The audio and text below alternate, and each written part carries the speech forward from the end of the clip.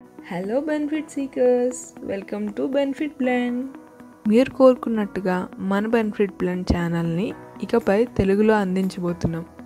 మన బెనిఫిట్ బ్లెండ్లో ఆరోగ్యం మరియు ఆరోగ్య సమగ్రత గురించి అనుదినం కొత్త ఉపయోగకరమైన ఆలోచనతో ప్రతిరోజు మీ ముందుకు వస్తున్నాం. అందుకు గాను మీ అభిమానాన్ని మా ఆలోచనలకు సహాయంగా లైక్ మరియు షేర్ చేస్తారని, అలాగే మా కష్టాన్ని గుర్తిస్తూ సబ్స్క్రైబ్ చేసుకుంటారని, ప్రతినిత్యం మీ ఆరోగ్యానికి ఉపయోగపడే కొత్త ఆలోచనతో మన బెనిఫిట్ బ్లెండ్ ప్రతి తెలుగు ఇంటి ఛానల్ అవుతుందని భావిస్తున్నాం. నమస్తే.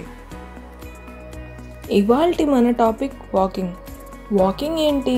వాకింగ్ వల్ల ఉపయోగాలేంటి? వాకింగ్ అందరికీ ఏ విధంగా ఉపయోగపడుతుంది? దాని ప్రయోజనాలు ఏంటి? ఇవన్నీ ఇవాల్టి వీడియోలో చూద్దాం. నడక అనేది ఒక సహజ చర్య, ఎలాంటి ఖర్చు లేని వ్యాయామం. ఎక్కడైనా ఎప్పుడైనా ఈ వ్యాయామం చేయవచ్చు. వాకింగ్ అనేది ఒక ఏరోబిక్ చర్య. శరీరం దిగువ భాగంలోని అనేక కండరాలు ఇందులో భాగం అవుతాయి. నడక వల్ల కలిగే ప్రయోజనాలు చాలా ఎక్కువ, నష్టాలు చాలా తక్కువ. సాధారణం కంటే ఎక్కువ వేగం, ఎక్కువ దూరం నడవడం వల్ల ఎక్కువ ప్రయోజనాలు పొందవచ్చు. వాకింగ్ చేయడం వల్ల కలిగే 10 ప్రయోజనాలు ఇప్పుడు చూద్దాం.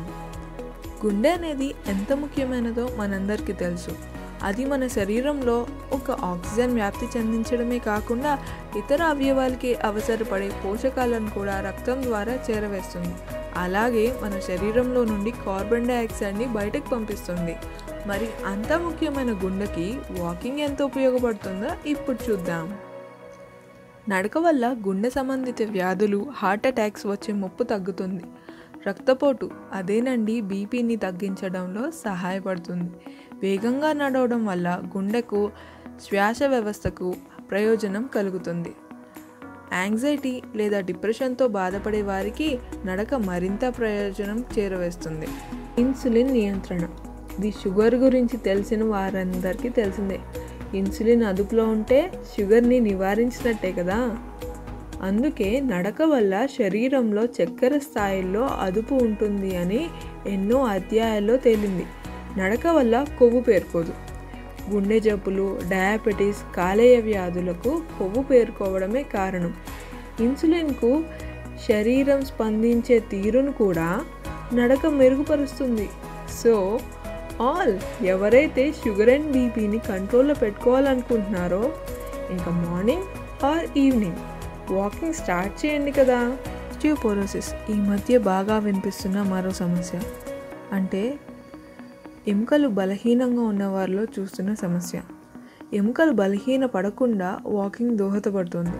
వాకింగ్ వల్ల శరీరంలోని ఎముకలు పటిష్టంగా మారతాయి.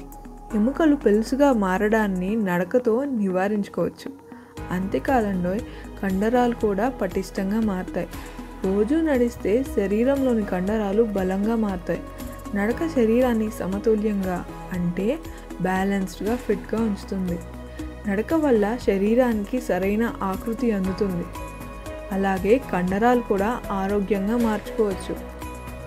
క్యాలరీలు తగ్గుతాయి. ఇది అన్ని ఏజ్ గ్రూప్స్ వాళ్ళు కోరుకునేది. బరువు తగ్గించుకోవడానికి నడక ఒక మంచి మార్గం. నడక వల్ల శక్తి ఖర్చు అవుతుంది, ఫలితంగా బరువు తగ్గవచ్చు. ఉదయం పూట వాకింగ్ చేస్తే ఆకలి కూడా అదుపులో పెట్టుకోవచ్చండోయ్. నడక మానసిక ఒత్తిడిని మాయం చేస్తుంది. నడక కేవలం శరీర దారుఢ్యాన్ని పెంచడమే కాకుండా మానసిక ఆరోగ్యాన్ని కూడా మెరుగుపరుస్తుంది. డిప్రెషన్ విషయంలో అయితే నడక అనేది ఒక యాంటీ డిప్రెసెంట్గా పనిచేస్తుంది. రోజు వాకింగ్ చేయడం వల్ల క్రమశిక్షణ అలవడుతుంది. మానసిక స్థితి కూడా బాగుంటుంది.